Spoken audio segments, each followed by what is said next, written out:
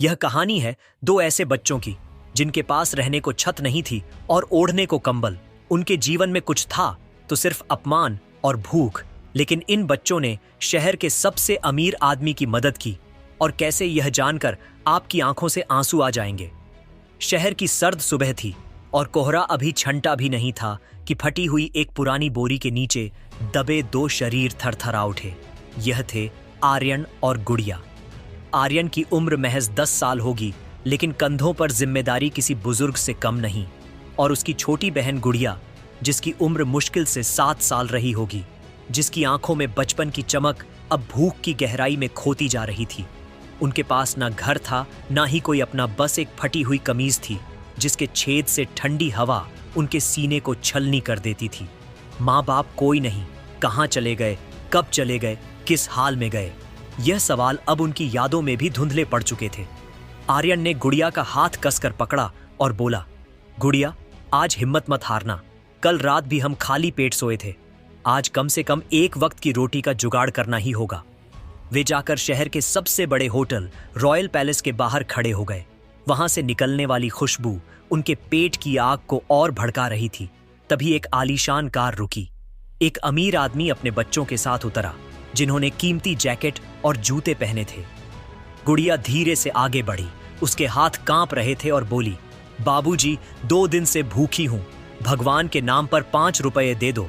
उस आदमी ने घृणा से अपनी नाक सिकोड़ी और कहा, हट, यहां से सुबह सुबह मूड खराब कर दिया। तुम जैसे भिखारी बच्चों ने शहर गंदा कर रखा है।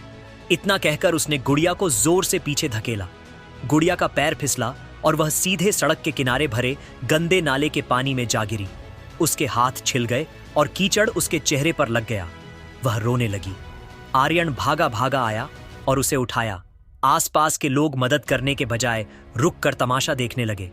कुछ लोग तो मोबाइल से वीडियो बना रहे थे और कुछ हंस रहे थे। एक दुकानदार चिल्लाया, ओए छोकरे, यहां भीड़ मत लगा, आगे बढ़ वरना पुलिस बुला लूंगा। अपमान के घूंट पीकर वे दोनों एक पार्क के कोने में बैठ गए।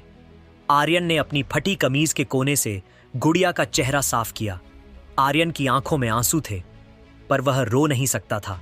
उसने सोचा, क्या हम इंसान नहीं हैं? क्या हमें भूख नहीं लगती? क्यों लोग हमें देखकर अपना रास्ता बदल लेते हैं, जैसे हमें छूने से उन्हें कोई बीमारी हो जाएगी। उसी शहर के दूसरी तरफ सूर्यकांत नाम का एक बहुत बड़ा बिजनेसमैन अपनी लग्जरी कार से एक बहुत जरूरी डील के लिए निकल रहा था। वह करोड़ों का मालिक था, लेकिन आज किस्मत को कुछ और ही मंजूर था। रास्ते में भारी ट्रैफिक के कारण वह पैदल ही शॉर्टकट लेने के लिए एक तंग गली से गुजरने लगा। भीड़ भाड़ वाले उस इलाके में किसी शातिर जेब कतरे ने सूर्यकांत का बटुआ यानी पर्स उड़ा लिया।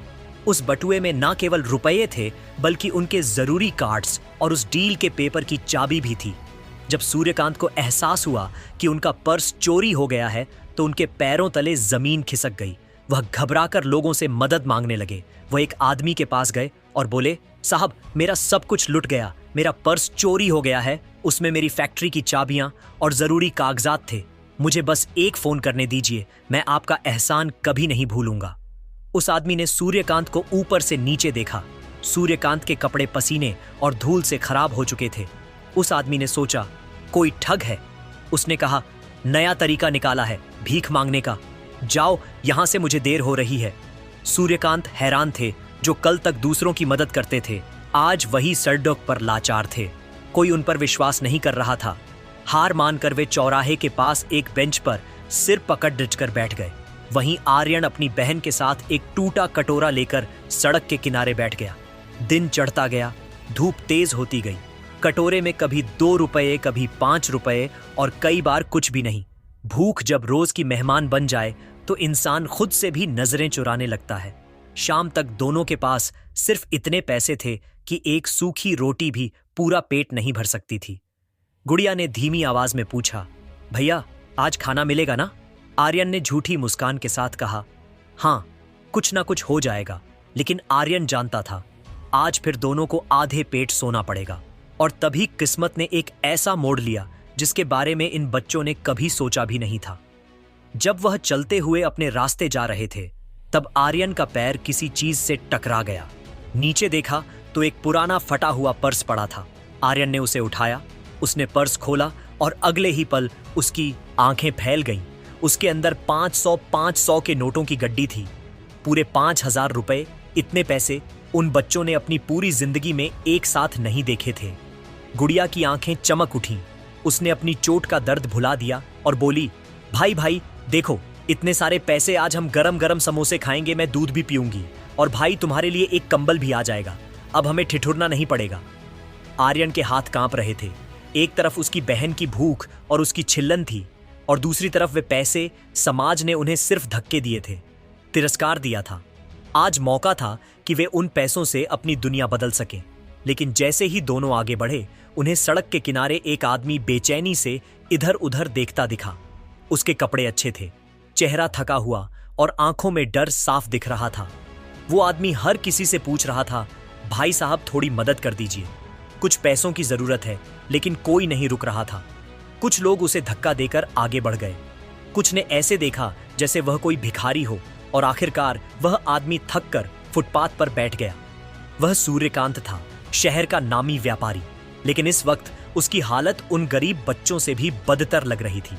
वह अपना सिर पकड़कर फूट फूट कर रोने लगा। उसे लग रहा था कि आज उसकी बरसों की मेहनत मिट्टी में मिल जाएगी। उसे अपनी गरीबी का एहसास पहली बार हो रहा था। वह गरीबी जो पैसों की नहीं, इंसानियत की थी। आर्यन और गुड़िया दूर से यह सब देख रहे थे। उनके हाथ में 5,000 रुपये थे, जिससे उनकी जिंदगी के कई दिन संवर सकते थे। आर्यन के एक हाथ में 5,000 रुपये थे और दूसरे हाथ में उसकी छोटी बहन गुड़िया का कांपता हुआ हाथ। उसके कानों में गुड़िया की वह आवाज गूंज रही थी, भाई आज हम भरपेट खाना खाएंगे। आर्यन ने उस आदमी सूर्यकांत की तरफ देखा।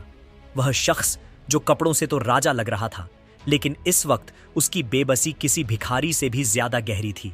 वह अपनी महंगी घड़ी को बार बार देख रहा था और सड़क पर गुजरने वाली हर कार को उम्मीद से देखता, लेकिन कोई नहीं रुकता। गुड़िया ने आर्यन का कुर्ता खींचा और फुसफुसाते हुए कहा, भाई क्या सोच रहे हो, चलो ना, सामने वाली दुकान पर खुशबू आ रही है, मुझे बहुत तेज भूख लगी है। आर्यन ने पर्स की तरफ देखा और फिर उस रोते हुए आदमी की तरफ। उसने देखा कि उस आदमी के हाथ कांप रहे हैं और वह बड़बड़ा रहा था, सब बर्बाद हो जाएगा। अगर मैं समय पर नहीं पहुंचा तो हजारों मजदूरों का घर उजड़ जाएगा, कोई तो मदद करो। आर्यन का दिल पसीज गया। उसे याद आया कि जब उसे धक्का दिया गया था तो उसे कैसा लगा था। उसने गुड़िया की आंखों में आंखें डालकर कहा, गुड़िया, अगर हम यह पैसे रख लेंगे तो हमारा पेट तो भर जाएगा, लेकिन शायद इस अंकल का सब कुछ छिन जाएगा। देख, ये कितने परेशान हैं। गुड़िया छोटी थी, पर गरीबी ने उसे वक्त से पहले समझदार बना दिया था। उसने एक लंबी सांस ली और अपना सूखा गला साफ करते हुए बोली, भाई तुम ठीक कह रहे हो, हम तो रोज भूखे रहते हैं, आज भी रह लेंगे, पर यह अंकल तो रो रहे हैं, शायद इन्हें हमसे ज्यादा जरूरत है। आर्यन ने साहस जुटाया और सूर्यकांत की ओर कदम बढ़ाए। जैसे ही वे दोनों गंदे कपड़ों वाले बच्चे सूर्यकांत के पास पहुंचे, सूर्यकांत ने उन्हें देखा और चिढ़कर बोले, देखो बच्चों, मेरे पास तुम्हें देने के लिए कुछ नहीं है, मैं खुद सब कुछ खो चुका हूं, कृपया मुझे अकेला छोड़ दो। गरीबी ने इन बच्चों से सब कुछ छीना था, सिवाय इंसानियत के। आर्यन खड़ा हुआ था। उसने जेब से वह पर्स निकाला और कहा, अंकल, आज हमें यह पैसे मिले थे, हम खाना खाने जा रहे थे। सूर्यकांत ने आश्चर्य से आर्यन की तरफ देखा। आर्यन की आवाज हल्की कांप रही थी। उसने कहा, आप ये ले लो, हम तो रोज ही भूखे रहते हैं, आज भी रह लेंगे। यह कहते हुए आर्यन ने पर्स उस आदमी के सामने रख दिया। एक पल के लिए वह आदमी कुछ समझ ही नहीं पाया और बोला, बेटा, ये तुम क्या कह रहे हो? गुड़िया मुस्कुराई और बोली, अंकल आप परेशान मत हो, हम ठीक हैं। जिस बच्चे ने कभी भरपेट खाना नहीं खाया, वो आज किसी और की भूख मिटा रहा था। सूर्यकांत के हाथ कांपने लगे, उसकी आंखों से आंसू बिना इजाजत बहने लगे। उसने आर्यन के हाथ पकड़े और बोला, बेटा, मुझे नहीं पता मैं कौन सा पुण्य लेकर आया हूं जो आज मुझे तुम जैसे बच्चे मिले। सूर्यकांत ने पर्स खोला। 5,000 रुपए देखकर वह सन्न रह गया। इतने पैसे, और तुम? वो बोल नहीं पा रहा था। सूर्यकांत ने पैसे वापस आर्यन की तरफ बढ़ाए और कहा, नहीं बेटा, मैं यह नहीं ले सकता। आर्यन ने सिर हिला दिया और बोला, अंकल, अगर आप नहीं लोगे तो हमें बुरा लगेगा। गुड़िया ने मासूमियत से कहा, और अगर आप परेशान रहे तो हमें नींद नहीं आएगी। ये सुनकर सूर्यकांत फूट फूट कर रो पड़ा। उसने दोनों बच्चों को सीने से लगा लिया। शहर के बीचों बीच एक अमीर आदमी दो गरीब बच्चों के सामने सबसे गरीब हो गया था। उसने सोचा भी नहीं था कि जिस शहर के बड़े बड़े लोगों ने उसे दुत्कार दिया, वहां इन दो फटे हाल बच्चों ने उसकी मदद की। उसने पूछा, तुमने खाना खाया? सुबह से कुछ खाया है तुम दोनों ने? गुड़िया ने मासूमियत से कहा, नहीं अंकल, कल रात से कुछ नहीं खाया। हम इन पैसों से खाना खाने ही जा रहे थे, पर आपको रोते देखा तो लगा कि आप हमसे ज्यादा दुखी हैं। सूर्यकांत के सीने पर जैसे किसी ने पत्थर रख दिया हो। उसे अपनी अमीरी पर शर्म आने लगी। वह सोचने लगा कि वह कितना छोटा इंसान है और ये बच्चे कितने महान। उस समय वह जल्दी में था। उसकी मीटिंग का समय हो चुका था, लेकिन वह बच्चों को अकेला छोड़ना नहीं चाहता था। इसलिए सूर्यकांत ने अपनी जेब से एक पेन निकाला और एक कागज के टुकड़े पर कुछ लिखकर आर्यन को दिया। उसने कहा, बेटा, मुझे अभी एक बहुत जरूरी काम से जाना है, लेकिन तुम दोनों यहीं रुकना, मैं वापस आऊंगा। वादा करो, तुम यहां से कहीं नहीं जाओगे। आर्यन ने वादा तो कर दिया, लेकिन क्या सूर्यकांत वाकई वापस आएगा, या यह भी एक अमीर आदमी का झूठा वादा था? सूर्यकांत तो पैसे लेकर और ऑन्टो पकड़ डीडीएच के निकल गया, लेकिन पीछे छोड़ गया दो मासूम जिंदगियां जो उम्मीद और भूख के बीच झूल रही थीं। आर्यन के हाथ में वह छोटा सा कागज का टुकड़ा था, जिस पर कुछ लिखा था जिसे वह पढ़ नहीं सकता था, क्योंकि वह कभी स्कूल नहीं गया था।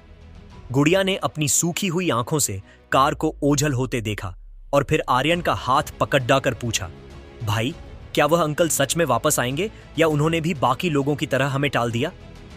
आर्यन ने कागज को अपनी फटी जेब में संभाल कर रखते हुए कहा, पता नहीं गुड़िया, पर उनकी आंखों में सच्चाई थी। उन्होंने वादा किया है और हमें इंतजार करना चाहिए। सूरज अब सिर पर आ चुका था। तपती सड़क से उठती भाप बच्चों के नंगे पैरों को जला रही थी। 1 घंटा बीता, 2 घंटे बीते, पर सूर्यकांत का कोई पता नहीं था। भूख अब बर्दाश्त से बाहर हो रही थी। गुड़िया का चेहरा पीला पड़ने लगा था और उसे चक्कर आने लगे। वह सड़क के किनारे एक पेड़ की छांव में बैठ गई। तभी पास के एक ढाबे से ताजी रोटियों और सब्जी की महक आई। आर्यन ने सोचा कि क्यों ना वह दुकानदार से एक रोटी मांग ले। वह हिम्मत जुटाकर ढाबे के पास गया और बोला, साहब, मेरी बहन बहुत भूखी है, क्या एक बासी रोटी मिल जाएगी? कल वो अंकल आएंगे तो मैं आपके पैसे चुका दूंगा। आर्यन ने गिड़गिड़ाते हुए कहा। ढाबे वाले ने गुस्से में एक डंडा उठाया और चिल्लाया, भाग यहां से, सुबह से तीसरा भिखारी आया है। वो अंकल तुझे पैसे देने आएंगे। शक्ल देखी है अपनी। वह अमीर लोग सिर्फ काम निकालने के लिए मीठी बातें करते हैं। चल, हवा आने दे। आर्यन वापस गुड़िया के पास आकर बैठ गया। उसकी आंखों में बेबसी के आंसू थे। वह सोचने लगा, क्या मैंने गलती की? उन 5,000 रुपयों से मैं गुड़िया को डॉक्टर को दिखा सकता था, उसे भरपेट खाना खिला सकता था। क्या मैंने एक अजनबी पर भरोसा करके अपनी बहन की जान खतरे में डाल दी? शाम होने को आई थी। आसमान में लाली छा गई थी, लेकिन इन बच्चों की जिंदगी में अंधेरा भर रहा था। गुड़िया की हिम्मत अब जवाब दे रही थी। उसने रोते हुए कहा, भाई, मुझे बहुत डर लग रहा है। मुझे भूख नहीं, अब बस नींद आ रही है। आर्यन ने उसे अपनी गोद में लिटा लिया। वह बार बार सड़क की तरफ देखता कि शायद वह बड़ी कार फिर से दिखे। हर गुजरती कार की हेडलाइट उसकी आंखों में उम्मीद जगाती, लेकिन वह कार पास आकर आगे निकल जाती। अचानक वहां पुलिस की एक गाड़ी रुकी। एक हवलदार उतरा और आर्यन के पास आया और बोला, ए लड्डी डीएचके, यहां क्या कर रहे हो? और यह जेब में क्या छिपा रखा है? निकाल बाहर। हवलदार ने कड़ाई से पूछा। आर्यन घबरा गया। उसने कांपते हाथों से वह कागज का टुकड़ा निकाला। हवलदार ने उसे छीन लिया और टॉर्च की रोशनी में पर रहा। जैसे ही उसने कागज पढ़ा, उसके चेहरे के हाव भाव बदल गए। हवलदार ने हैरानी से पूछा, यह कागज तुझे किसने दिया? आर्यन डर के मारे कुछ बोल नहीं पा रहा था। उसे लगा शायद वह कागज कोई मुसीबत है, लेकिन उस कागज पर ऐसा क्या लिखा था जिसने पुलिस वाले के तेवर बदल दिए? क्या सूर्यकांत ने बच्चों को फंसाने के लिए कोई चाल चली थी, या यह उनकी किस्मत खुलने का इशारा था? हवलदार ने उस कागज को एक बार फिर ध्यान से पढ़ा। उस पर लिखा था, ये बच्चे मेरे फरिश्ते हैं, इन्हें सम्मान के साथ मेरे दफ्तर पहुंचाया जाए। नीचे सूर्यकांत का निजी नंबर और हस्ताक्षर थे। हवलदार, जो कुछ देर पहले चिल्ला रहा था, अब अपनी टोपी ठीक करते हुए बोला, बेटा, तुम लोग यहां हो। सूर्यकांत सर ने पूरे शहर की पुलिस को तुम्हारी तलाश में लगा रखा है। चलो मेरे साथ, गाड़ी में बैठो। आर्यन और गुड़िया डरे हुए थे, लेकिन हवलदार ने उन्हें बद्धे प्यार से गाड़ी में बिठाया। कुछ ही देर में गाड़ी शहर की सबसे बड़ी इमारत सूर्यकांत ग्रुप ऑफ इंडस्ट्रीज के सामने रुकी। जैसे ही फटे कपड़ों में वो दो मासूम बच्चे दफ्तर के अंदर दाखिल हुए, वहां मौजूद सूट बूट पहने बड़े बड़े अधिकारी उन्हें हैरानी से देखने लगे। कल तक जिन्हें लोग धक्का मारकर गिरा देते थे, आज उनके लिए दफ्तर का मुख्य दरवाजा खोला गया था। तभी सामने से सूर्यकांत दौड़ते हुए आए। उनकी आंखों में नमी थी। उन्होंने बिना अपनी महंगी शेरवानी की परवाह किए उन दोनों बच्चों को गले लगा लिया और बोले, मुझे माफ कर देना बच्चों, मेरी मीटिंग में ऐसी अड़चन आई कि मुझे आने में देर हो गई, मुझे लगा तुम लोग चले गए होंगे। सूर्यकांत ने तुरंत अपने स्टाफ से कहा कि उनके लिए शहर का सबसे अच्छा खाना मंगवाया जाए। आर्यन और गुड़िया ने पहली बार मेज पर बैठकर इतना सारा खाना देखा, लेकिन आर्यन ने पहला निवाला तोड़ने से पहले सूर्यकांत की तरफ देखा और पूछा, अंकल, क्या आप सच में वही हैं जो कल SDDDHK पर रो रहे थे? सूर्यकांत मुस्कुराए और बोले, हाँ बेटा, कल मैं अपनी दौलत की वजह से नहीं बल्कि इंसानियत की तलाश में रो रहा था। तुमने मुझे सिखाया कि अमीर वो नहीं जिसके पास पैसा है, बल्कि अमीर वो है जिसका दिल बद्धा है। सूर्यकांत ने पूरी सभा के सामने घोषणा की कि आज से इन बच्चों का कोई मजाक नहीं उड़ाएगा। आर्यन और गुड़िया आज से मेरी जिम्मेदारी है। ये शहर के सबसे अच्छे स्कूल में पढ़ेंगे और एक शानदार घर में रहेंगे। और हाँ, जिस दुकानदार ने इन्हें धक्का दिया था उसे मैंने सबक सिखा दिया है। गुड़िया की आंखों में अब आंसू नहीं बल्कि चमक थी। उसने सूर्यकांत का हाथ पकड़ डियाच लिया और कहा, अंकल, अब हमें कभी भूख से रोना तो नहीं पड़ रहेगा ना? सूर्यकांत ने उसकी छोटी सी हथेली को चूमा और कहा, कभी नहीं बेटी, अब तुम्हारी पढ़ाई और खुशियों की जिम्मेदारी मेरी है। वह रात आर्यन और गुड़िया के लिए एक नई सुबह लेकर आई। समाज ने उन्हें कचरा समझा, लेकिन उनकी ईमानदारी ने उन्हें वह मुकाम दिलाया जो बड़े बड़े अमीर नहीं पा सकते। सच्चाई तो यही है कि फटे कपड़ों के पीछे अक्सर एक फरिश्ता छुपा होता है। अगर आप किसी की मदद कर सकें तो जरूर करें, क्योंकि क्या पता खुदा आपको किसकी शक्ल में आजमा रहा हो। दोस्तों, आपको यह कहानी कैसी लगी हमें कमेंट में जरूर बताना, और आप इस वीडियो को देश के किस कोने से देख रहे हो यह भी जरूर बताना।